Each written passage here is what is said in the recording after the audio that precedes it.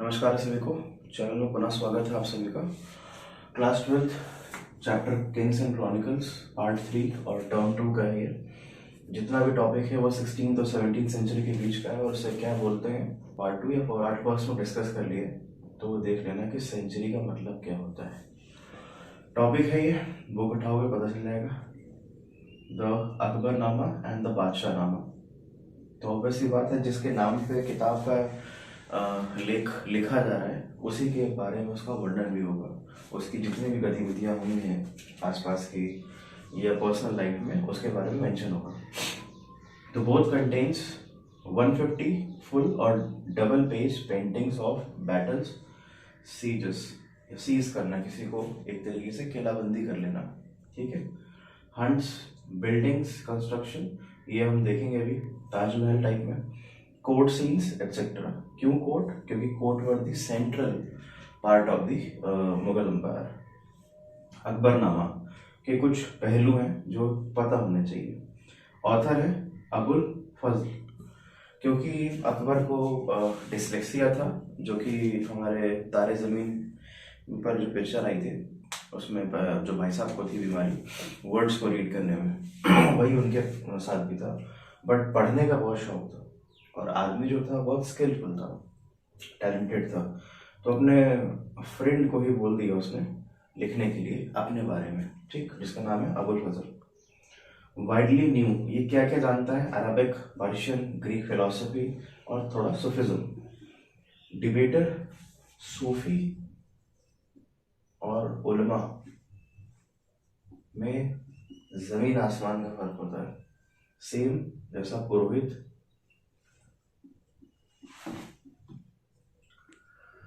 और संतों में होता है अपने यहाँ, ठीक है। डिबेटर एक अच्छे थे, इंडिपेंडेंट थिंकर थे, ऑलवेज अपोज टू कंजर्वेटिव उलमा। इसी वजह से रिलीजियस ऑर्थोडॉक्सी जो है, मुस्लिम ऑर्थोडॉक्सी है, उसके हमेशा खिलाफ में रहे हैं। तो इनको पता है कि अपनी परसेंटेज पॉपुलेशन कम है और बाकियों की पॉपुलेशन ज़्यादा है, ज़्यादा 3-5 करेंगे तो इकट्ठा होकर ये लोग हमें निकाल देंगे, क्योंकि they were foreigners.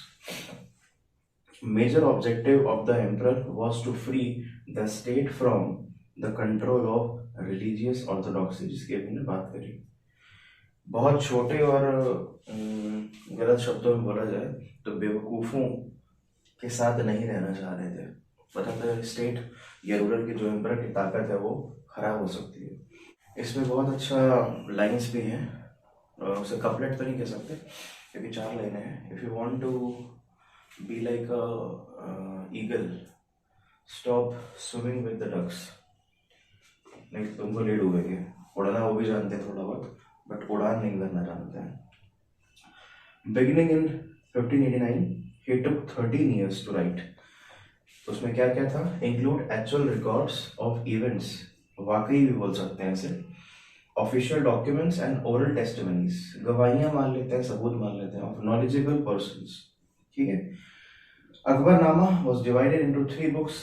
First 2 were chronicles, third आईन अकबरी। बहुत इंपॉर्टेंट है ये, पेपर नहीं बनेगा इसके बगैर। आईन अकबरी, सुलेकुल, ये तुम्हें मिलेंगे और सीबीएसई के सैंपल पेपर में भी सुलेकुल के बारे में वर्णन है। First contains history from Adam to 1 celestial cycle of Akbar, 30 साल के जब थे वो। सेकेंड किताब में क्या मेंशन है? सेलेस्टियल सेकेंड बॉडी 1601, ठीक है, 30 साल के बाद और 1601 तक। Very next year conspiracy took place against Fazl. Victim थे भाई साहब, इनको मार दिया गया था बीर सिंह बुंदेला द्वारा।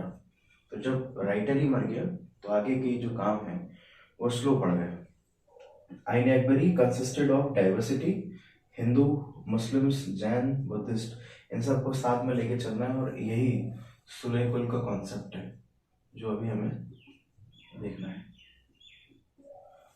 2-3 कॉन्सेप्ट लोगों को महान बनाते हैं, जैसे कि अशोक क्या था, धम्मा, सेम अकबर भी, इन सबको साथ में लेके चलना है सुलेकुल। नेक्स्ट, द आइडियल किंगडम और अ डिवाइन लाइट, ठीक।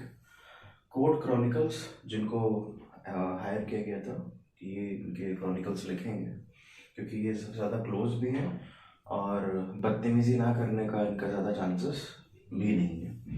Court chronicles drew upon many sources to show Mughals as divine Kings.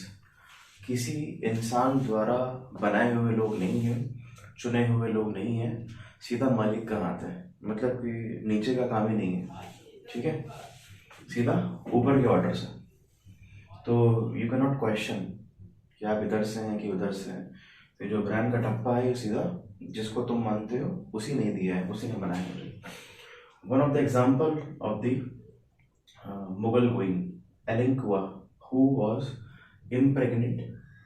impregnated by a ray of sunshine while resting। ठीक, रेस्ट कर रही थी तो जब सूरज की रोशनी इनके घर में पड़ी तो जो बच्चे हुए हैं वो सारे ईश्वर के ही हैं। तो इसमें कोई मजाक की बात नहीं है। जब हमारे यहाँ गर्भ में अभिमन्यु चक्रव्यूह सुन सकता है तो इधर भी वैसा हो सकता है। तो हिंदू मुस्लिम की ऐसी कोई दिक्कत नहीं है, हर चीज़ का इंटरेस्ट और रीजंस है जिस वजह से वो होती है।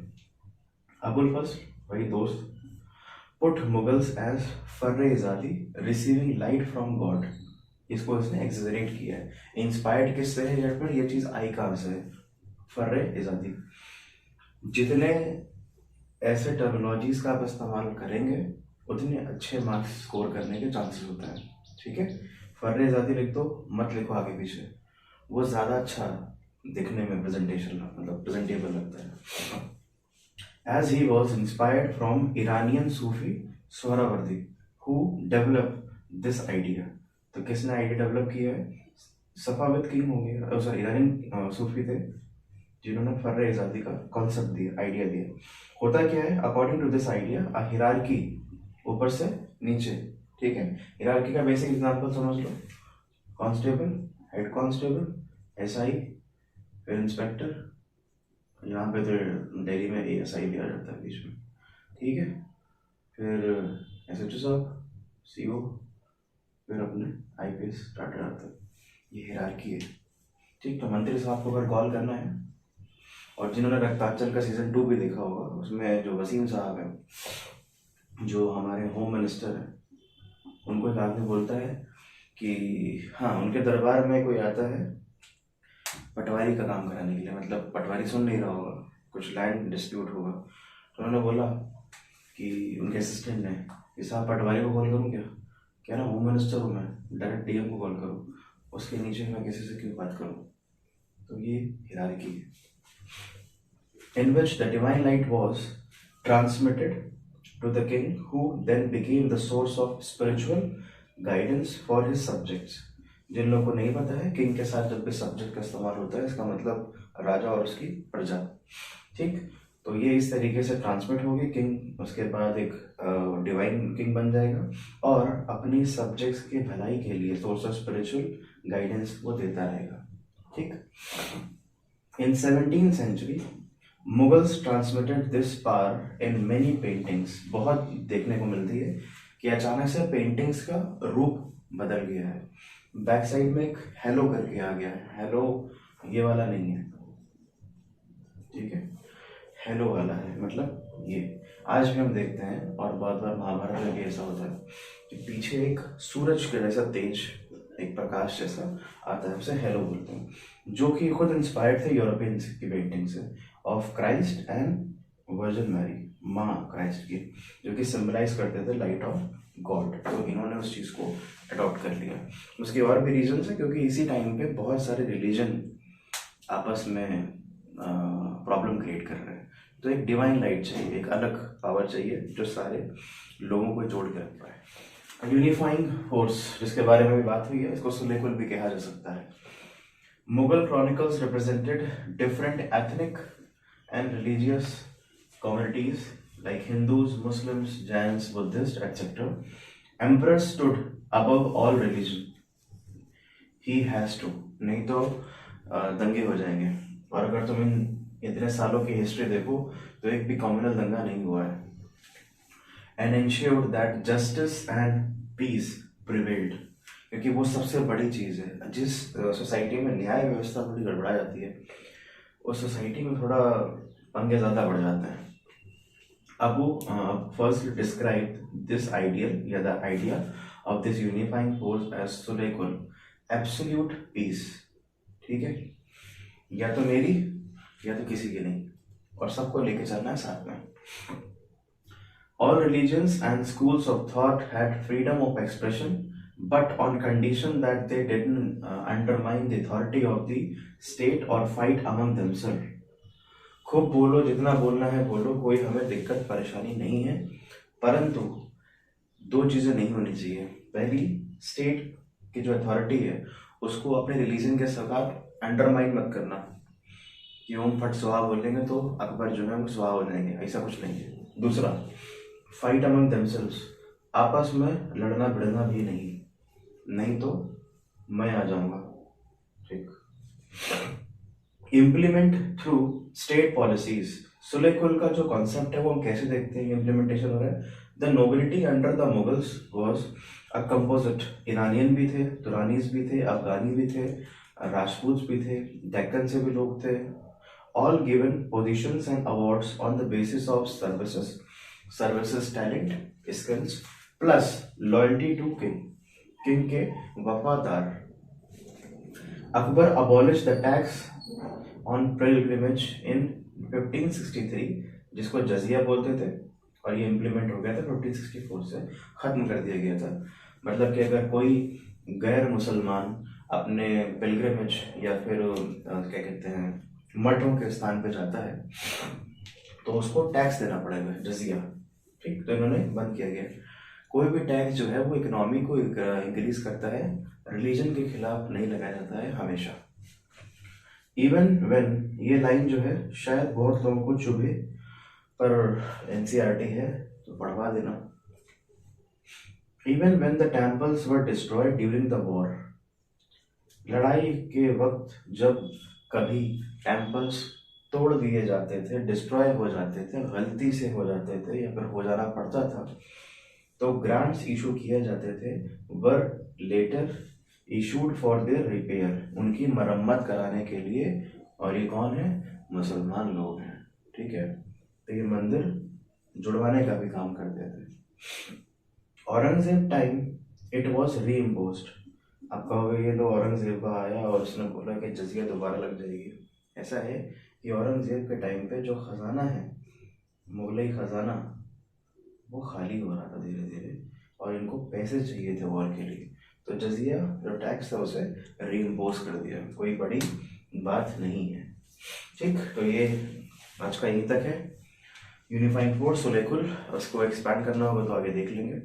पार्ट 3 यहीं पे ख़त्म होता है। और लास्ट में बस एक रिक्वेस्ट है कि हमें थोड़ा सा खादी की तरफ भी मूव करना चाहिए। ठीक, महंगा पड़ता है या नहीं पड़ता है वो मैटर की बात नहीं है, एथनिक वेयर में तो हम पहन ही सकते हैं और पहनना भी चाहिए।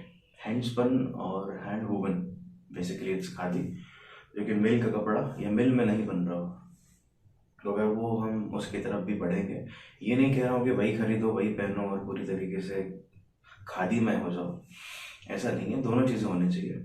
आप अगर कॉस्टली या फिर इम्पोर्टेड क्लोथ्स पहन रहे हैं, लिवाइज भी पहन रहे हैं, अच्छी बात है, बट ये भी पहनना चाहिए। ठीक, उससे बहुत लोगों के जो वर्क लाइफ है या फिर उनकी पर्सनल लाइफ है उसमें इम्प्रूवमेंट आएगा, वो भी बेहतर ज़िंदगी जी सकते हैं। बाकी गर्मियाँ ही नहीं है तो थोड़ा सा पॉटर्स को भी हेल्प होनी चाहिए, मटके का पानी पीने की कोशिश करें। फ्रिज हटाने की बात नहीं कह रहा हूँ मैं, फ्रिज भी होनी चाहिए बिल्कुल, उसमें उसकी भी अपनी एक वैल्यूएशन है। बट फिलहाल का भी यही रिक्वेस्ट है कि वी शुड हैव सिंगल एक क्लोथ तो होने चाहिए जो कि खादी हो, 1 महीने में या 2 महीने में एक बार कोई भी चीज़। ऐसा नहीं कि टोटली शिफ्ट होना चाहिए, बट होना ज़रूर चाहिए। हमारे ही लोग हैं और उनको हमारी ही ज़रूरत है। ठीक, तब तक के लिए धन्यवाद।